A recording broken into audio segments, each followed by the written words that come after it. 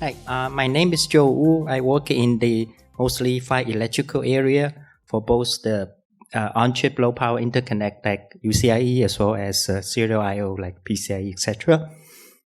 Going to talk about electrical form factor and compliance. It's mentioned earlier that the data rate go from 4 to 32 for UCIe. I want to emphasize here that it's a unidirectional NRZ signaling, basically your classical CMOS signaling. And in case people wondering whether it's possible to go beyond 32 gig, first of all, 32 gig has offered a lot of bandwidth. If you look at the bandwidth, like edge density and area density is very high, so we feel it's sufficient. And another reason is there's actually a trade-off between data rate and your circuit complexity and power and area. And for a given technology, there's certain region that the circuit can be more digital-like, which is easier to scale as the process advances, versus the circuit is more analog-like. That in case it's a lot of effort to move from process node to process node. And we feel like a 32 gig still fall into the digital-like I/O, which means that's the way we can achieve low power and compact area. And the channel reach for the advanced package, which we have from 25 to 55 micron, it's up to 2 millimeter. And later we'll explain a little bit more what exactly it is. It's actually you need to meet the channel spec, and 2 millimeter is a estimated range. It doesn't mean 2.1 is broken or something. And up to 32 gig, and we have a TX drive strength control. So and other than that, it's almost a digital link. And then it means that there's no receiver termination or any fancy circuits. And for the standard package, which we define in the range of 100 to 130 micron pitch, we do have a more well-controlled TX termination. And depends on your data rate and your reach, you may need a receiver termination. And the picture there shows a termination map, means on the lower corner, where you are lower data rate or shorter reach, you don't need the termination. And in the upper region, you need. And notice that this is the conservative estimate based on the minimum transmitter swing. If your transmitter swing is bigger than the minimum, there is a different range, and the spec defines the details. And the table there shows a bit error rate at a different data rate and for 2 of the options. And the bit rate fall into either 1 to the either minus 27 or either minus 15. 1 to minus 15 is already better than most of the serial I/O links. And as was covered by the Benjo earlier, that with the CRC and the retry, the fit rate is extremely low, practically 0. And the e to the 1 e to the 20 minus 7 is chosen such that in this case, most of the time you don't even need a retry, and you can still hit the bit rate below 1. So, and at the low enough data reach and data rate, we believe that's possible and enable a lower power option for this link. Going over to the overall architecture of the PHY, it's covered this morning, earlier, this afternoon, that the basic unit is a module which can be by 64 or by 16, depends on package type, and we have differential clock and a single-ended data. And on top of it, we have a VADI link used for power mode control. And if you look at the bottom right picture, this is the highly simplified but the representative of the architecture. And at the core of it is a matched architecture. And matched means on each side, your transmitter clock is matched to your transmitter data, and your receiver clock path is matched to your receiver data path. But the data need to be sampled at a center of the eye, which is a half a UI offset from the clock's half a UI offset from your data, and that's achieved by you either have a DLL or some other circuit to launch with that offset. But with that launch offset, everything else is matched. And the reason to choose that is this gives us the best tolerance to power supply noise. And we want this to be operated in a very digital environment, so power supply tolerance is of the primary importance. And as far as the interconnect is concerned, this is a matched channel, means that every data lane are roughly matched, and we will talk more on what roughly means, and the clock and data are generally matched. And with this, it gives you a significant power reduction in clock recovery. People working in the high-speed I/O area know that the clock recovery can be a very significant portion of your total system power. And finally, the spectrum clocking is allowed.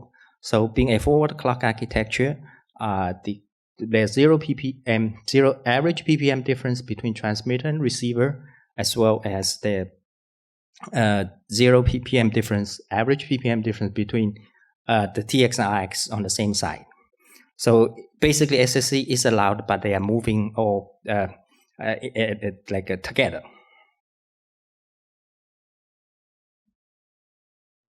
A little more into the driver and the receiver structure. So the TX driver is as the picture shows, is your segmented typical voltage mode driver. And the picture there show is a CMOS implementation. But if people prefer to use an MOS only, like NOM driver or other structure, that's perfectly fine. The spec does not dictate that. And you use you adjust the number of segments to adjust your impedance, and that's how you meet the TX drive strength control. And now the actual target source impedance in the standard is based on optimal eye opening, so it does not necessarily match the transmission line impedance. We got that question a lot. For a serial I/O, typically you do that, but in a shorter range, it's better to optimize for eye opening. And then the bandwidth and rise-fall time is determined by the receiver termination and pad capacitance spec, which we have in detail. And then at the higher end of the data rate, we have a one-tap de-emphasis, and that's trained through the initialization sequence. But as far as termination equalization goes, that we have that. And on the receiver side, we do have a termination, in this case matching the transmission line impedance, and also it's a ground termination. And ground is a common point. Power supply may not be the common point across two different sides. That's why we choose ground termination. Now, in the standard, we do not mandate a specific input buffer, like on your sense amplifier or something where you need a continuous amplifier or whatever. And it is certainly allowed, and some choose to do that. And if you do that, it's recommended that your receiver amplifier bandwidth is greater than 0.75x of the data rate or 1.5x of the Nyquist rate. These are equivalent. And then you can have a optional continuous time linear equalizer if you chose to do so. I mentioned earlier that the voltage on the TX and RX may not be equal. So the actual spec is the minimum TX swing is 0.4 volt, and we strongly recommend that your maximum TX swing to be less than 0.85 volt, and that's because of in today's process, the power supply voltage is going lower, and so to have the best compatibility with future process node, go no more than 0.85 volt, but that's not a hard spec. And from the interop point of view, we break this into 4 cases. Basically, the difference between the output swing and your receiver side VCC, and 3 of the 4, basically when the output swing is less than your VCC, equal to your VCC, or slightly above your VCC, we have no problem in terms of compatibility. The only case that may run into a reliability, or more specifically, the electrical overstress issue, is that when your TX swing is more than 100 millivolt above your receiver power supply rail, but even in that case, you can add a overstress protection circuit. So it does not mean the link will not work; it just means that you need to pay the area and power for the stress protection circuit. Somewhat more detail into the clocking. So there are two basic clocking mode. One is the two-way interleaving, and one is four-way interleaving for the transceiver. And the four-way interleaving is defined for 24 and 32 gig only. And the reason is that with today's process, we feel like up to 16 gig two-way interleaving should be sufficient, and that's the most efficient architecture. Now, even at 32 two-way interleaving might still be viable, depends on your process technology. But some may not. So for the maximum flexibility, we define both ways. And regardless whether it's two-way or four-way interleaving design, two clock signals are sending from transmitter to receiver. We call it phase 1 and phase 2. Now, in terms of two-way interleaving, it's natural. You just define the 0 and 180 degree phase, in the sense complementary.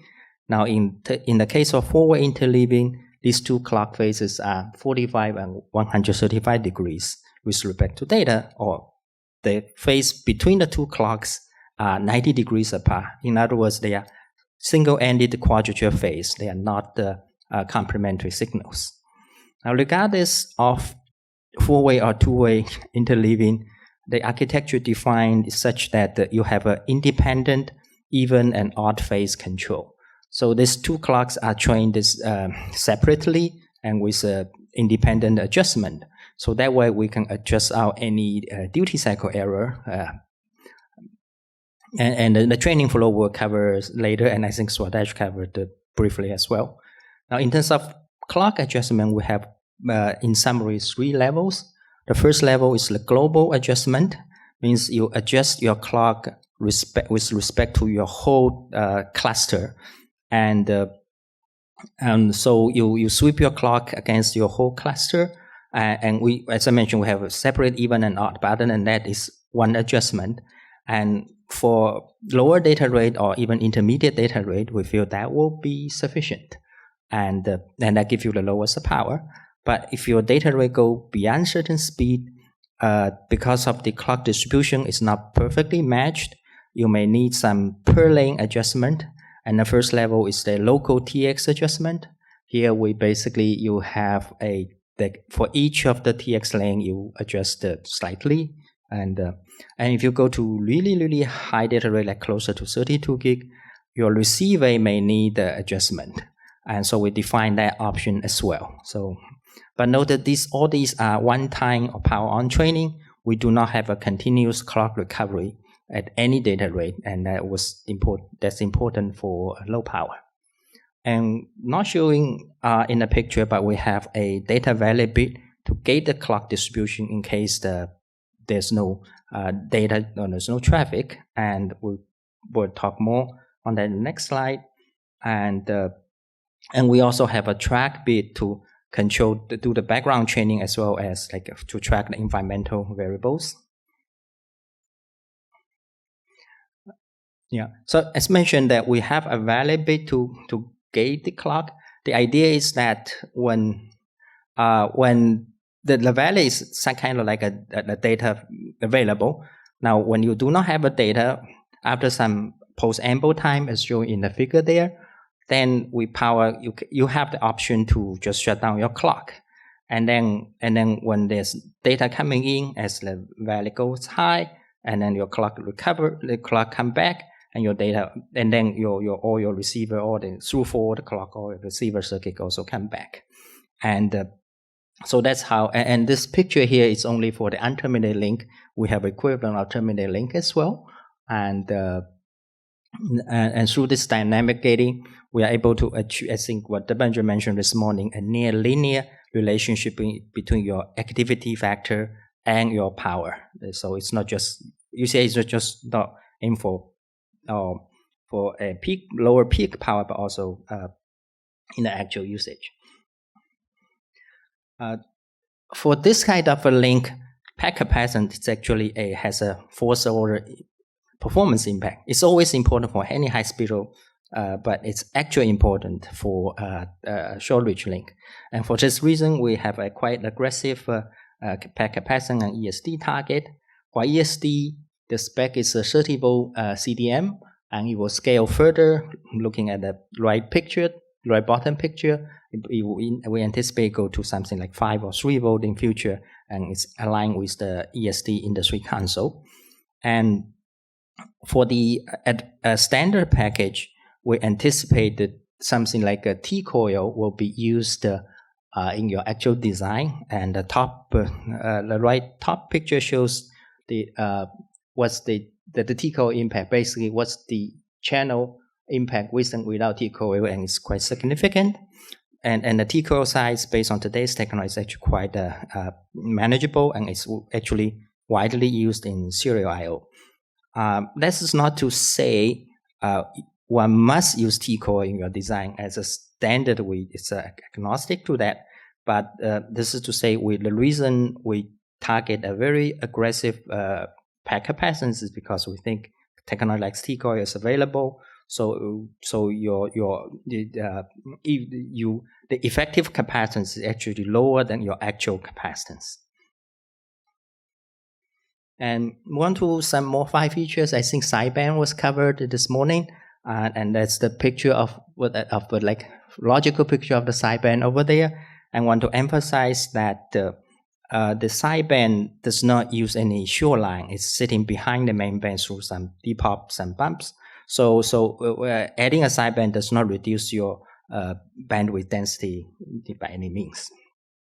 And we covered the total latency of 2 nanoseconds this morning, and out of that, up to 12 UI, it's allocated for the 5 electrical layer, and this 12 UI may have to be 16 UI at the higher data rate. Nevertheless, compared to a typical serial I/O, this is a lot lower. I mentioned in the last slide that through the valid and the clock gating, we have a very fast idle exit time. Basically, you wake up almost instantaneously, other than a few preconditioned UI, and your entry time is just your post sample. And also want to mention that the reason we are able to do this forward clock is fundamental. If you have a derived clock with a clock like clock recovery circuit, or if you have a common clock where the other side don't know whether the clock is on or off, you cannot wake up this fast. And we have a redundancy and a repair for advanced package, and the overall ratio is 2 for 32 bits. And then we have for power supply noise mitigation, we have data scrambling. The details we will not cover here, but it's all in the standard. Going on to the channel specification. So the overarching specification for the channel is that the channel itself meet a like channel compliance, through channel compliance simulation, meet the AI mask as shown like the picture there. And the simulation setup is that it's a noiseless and jitterless behavioral TX and RX model, but it's you do have an actual model, and with that the I open need to be a 40 millivolt height, and then 0.75 UI up to 16 gig, and then 0.65 UI up to 32 gig with the equalization enabled, and this basically this means that since the simulation is based on noiseless, jitterless, that means that the receiver sensitivity need to be 40 millivolt or better, and also means that total jitter from TX and plus RX should be no more than 0.75 or 0.65 UI as indicated, and because of the other part that goes to the channel. And in the spec we have more detailed parameter besides this, but this is the overall goal. And the more detailed parameters are like loss and crosstalk, and those are defined based on a voltage transfer function. And the reason we chose voltage transfer function instead of a more typical S parameter is because of S parameter is more towards capture the transmission line effect, and this one we have a very short transmission line. This is a better approach. I want to make a note of a special mode that's called tightly coupled mode. So for this mode, 2 conditions must be met. One is that the TX arc has the same power supply. Either you share it or you forward from one side to the other. And then the other one is the channel supported a larger I mask. By a larger I mask, I mean that we have like 40 millivolt 0.75 UI, is now becoming a 250 millivolt and 0.7 UI. And this 250 millivolt is based on the condition of 0.75 volt swing. So if your swing is lower, then your I will be proportionally lower by 1/3 of the swing. And once your channel supported this larger I, then you can do a further optimization. For example, your circuit, your front amplifier may become just an inverter, and then some of the training, like a reference training, may be removed and various update. And you can get to a power level that's actually beyond what we're showing earlier in the slide. And this is also in preparation for like one day we scale beyond the 25 micron we have already today. Now we talk a little more on the detailed electrical parameters. And the three important jitter parameters are 1 UI TX jitter, and data clock differential TX jitter, and data clock differential RX jitter, which these parameters are somewhat different from your typical high-speed I/O. And the reason is as follows. If you look at this picture and we label the D1 to D5 as a different portion of the delay, and basically D1 is a shared common clock delay, and D2 and D3 are the divergence delay between clock. Like D2 is the data path, and D3 is the clock path for the TX. And then D4 and D5 are data path and clock path respectively for the RX. And with that, the jitter can be calculated through we don't have a pointer, but like the second line of the equation there, through with D1 and up to D2, D3, and D4 and D5. And you can rearrange the equation and redefine new parameter and become the highlighted equation, which has three terms. One is the total delay D, and then the other is the differential delay at TX, delta DT, and then the differential delay at RX, which is the delta DR. And the jitter is basically an NUI jitter of total delay plus the absolute jitter of a TX plus the absolute delay of the RX, absolute jitter of the RX, and minus the offset term. So with this, we now know these are the important parameters, and that's how we specify this. So that takes care of the jitter, but we have other offset terms and like contribute to time, like your channel stuff, your duty cycle error. Even if you correct it, there's some residual error. There's a channel skew, and then from both TX and RX, and then there are some phase error if you have on the receiver side, if you have a quadrature phase, and then even in everything ideal, your receiver does not have infinite sensitivity. You need some fixed sampling aperture, and the specs define that these equations are met. And when these equations are met, the link have a positive margin, and the details numbers are in the standard. So these are how the link work, but we do need to go through the training. And this slide is the same as Swadesh showing, basically as just a segue to what the actual training steps are. Then these are the main, we go through sideband, main band, and all the other state. So these are the details of what's inside a main band training. You first do the parameter exchange.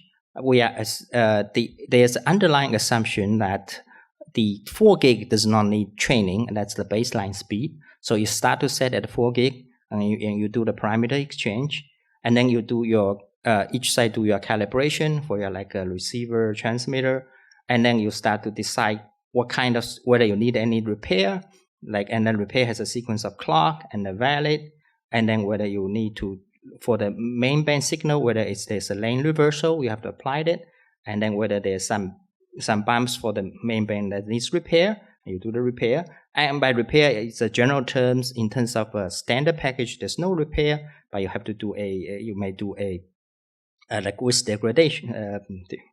degradation, and so once you go through that, now you move to then you start to check whether your valid bit need a reference training. Know that the reference training the timing training is you must have it. The voltage training is optional. For the link that does not need voltage training, you just enter and exit. So you do the reference training for valid, and you do the reference training for all the rest of data. And once you finish all the training, you start. Then you start to progress to the protocol layer, and then once you the protocol layer, and then if there's something went wrong, you have to come back and retrain again, and you can go back and retrain it again.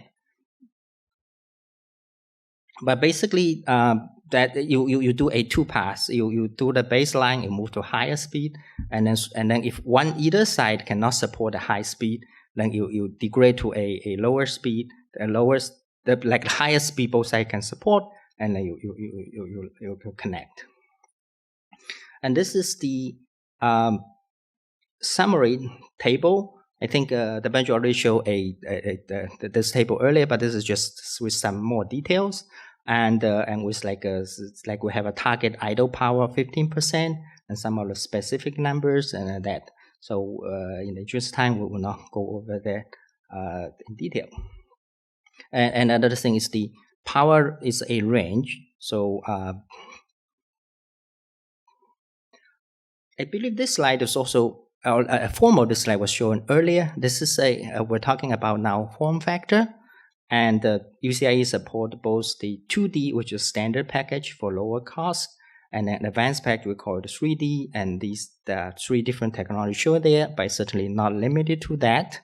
And the idea is that the chips can be manufacturing one side, the package can be manufacturing another, and you can put mix and match and things together, and it will just work.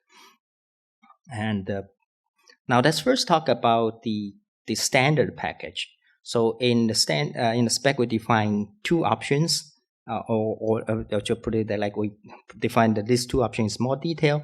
One is a by 16 module. That's a standard one, and that's in some sense the baseline. You use two routing layers, so the 424 means that they have two strip line routing layers, and with that you can route the signals for by 16 module. Now, if you need more bandwidth, you can do by 32. But this by 32, our module size is still 16. This by 32 module is just you have 2x the signal arranged in a unique way. You have two clocks, and 32tx, 32x. It does not mean your cluster size becomes 32. It just means it's two copies of from electrical signal point of view. And you now have 4 routing layers, and the bump maps are defined in detail in a standard.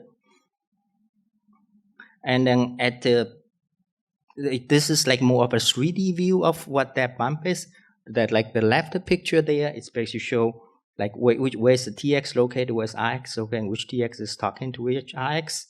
And then the middle picture is some of 3D view of what the vertical connect is and what the bumps. And then the right picture is a cross section of it, and we have 18 IOs per millimeter per layer. So and depends on, and then that gives an amount of IO based on 4 or 2 layers, and then on the bottom there is a voltage transfer function define the loss at this, and then there's also a crosstalk, and if you read the numbers, the crosstalk is actually quite low, and that's needed for 32 gig operation. And here shows a 32 gig eye diagram based on the setup. And moving on to the advanced package. So in the advanced package, it's going up to 32 gig, but in the spec we list also the details.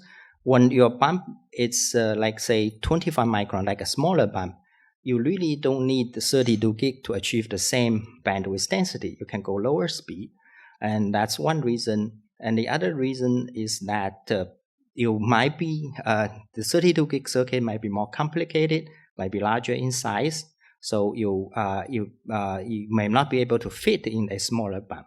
So as a standard requirement, the minimum requirement is that you can go to a lower speed at a smaller bump. But in any case, the bandwidth density never degrade. And And then for each of the bump range, there will be a different number of columns. And the picture here shows a 16 column, 10 column, and 8 column. And you may wonder why we don't want to specify a single, say, 10 column for everything. It is possible, but it's not very efficient because the pitch here is diagonal. And if you fix the one dimension, and if your diagonal changes, that leaves it leaves to have a very weird aspect ratio, and the aspect ratio may cause some efficiencies. And on the other hand, you can define a whole lot of bump maps, like a continuous number of ranges, and that will be efficient, but then it will have like too much complexity. So we chose these three and matching the data rate based on the trade-off, and there are some detailed analysis on like how much efficiency you are getting compared to the theoretical minimum max, and these are all like pretty good efficiency. So so we have like three different bump maps, and so and one question I want to that we ask, and I want to mention, is that the bumps it's for interop reason, we have the fixed shoreline.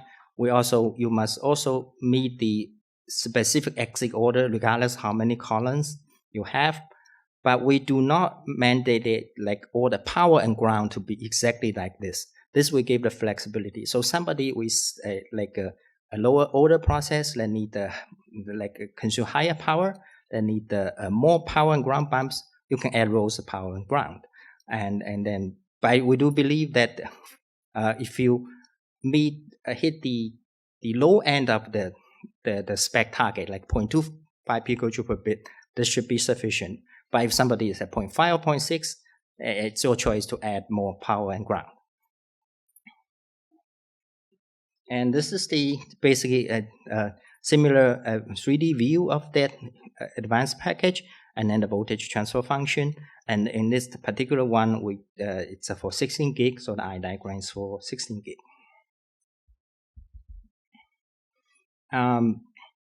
This slide I think I already covered this slide. This is showing like if you have the same shoreline, then if you modulate the width, if you exit the signal in a particular order as defined in the spec, then these two sides are interop.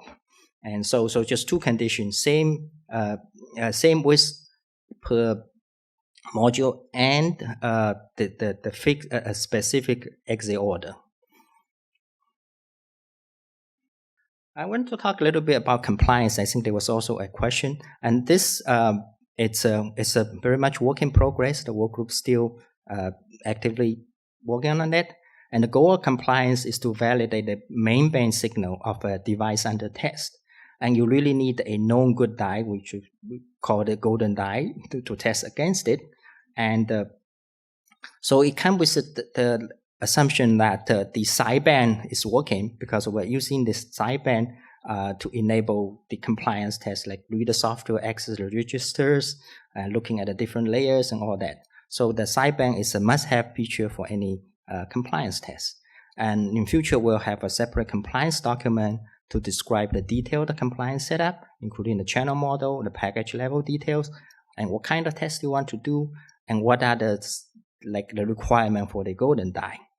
But for now, we do have this picture, and this shows it's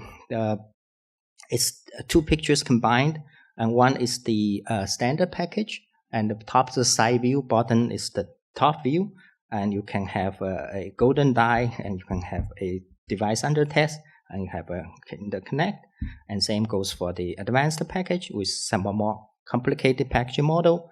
And these three components are the must-have. One is the golden die. It's a reference UCIe. You know that it's good and meet all the spec requirement. And also, the golden die must implement all the layers. You cannot implement a subset of the features, because we rely on that to do the test. And then the DOT is your design. You may have implement just a subset, and but it does require the DOT to already clear your pre-bonding sort test. So it has some minimum quality, then you can package it. And then for the advanced package setup, we also need to make sure the silicon interposer or bridge is already known and to be good. Otherwise, we will not be able to disagree with just a DUT failure or a interposer failure. But with this, and then we can, this is the basic setup. And so there's just a high-level view, as I mentioned, this is a very much working high-level view of what's going to be in the compliant test. For the protocol, if it's PCIe or CXL, it's just leverage those respective standard. And for the streaming protocol, we think it's outside the UCIe scope because of each streaming protocol, they might have whatever they are streaming, the protocol, and we don't know what it is. And for the adapter, the golden die adapter must implement all the UCIe capability defined in the spec and must have a capability to inject like sideband signals and messages that can be consistent or inconsistent, and also test under various error scenarios. And the DUT should have the control and status resources for at least the following, like ability to inject some test flits, ability to inject some state requests and respond to sideband messages, and retry injection means that you want to, even though you don't have error, you want to force a retry condition so you can test it. And like I said, this details is coming up, but these are the baseline features that we anticipate you need.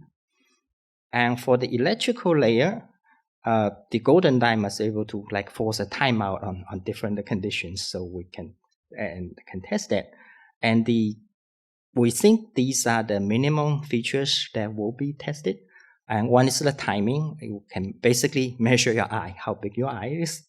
And then the other is voltage. Now that depends on whether your design have a voltage sweep. If you don't, then this is optional. But if you do, they will have the register to map those. And we can do the BER measurement, and we can do a lane-to-lane skew for a given module. And then we also test the equalizations. And we may add more to it, but these are the typical high-speed I/O features that everybody want to check for compliance. So I believe that's it. Thank you.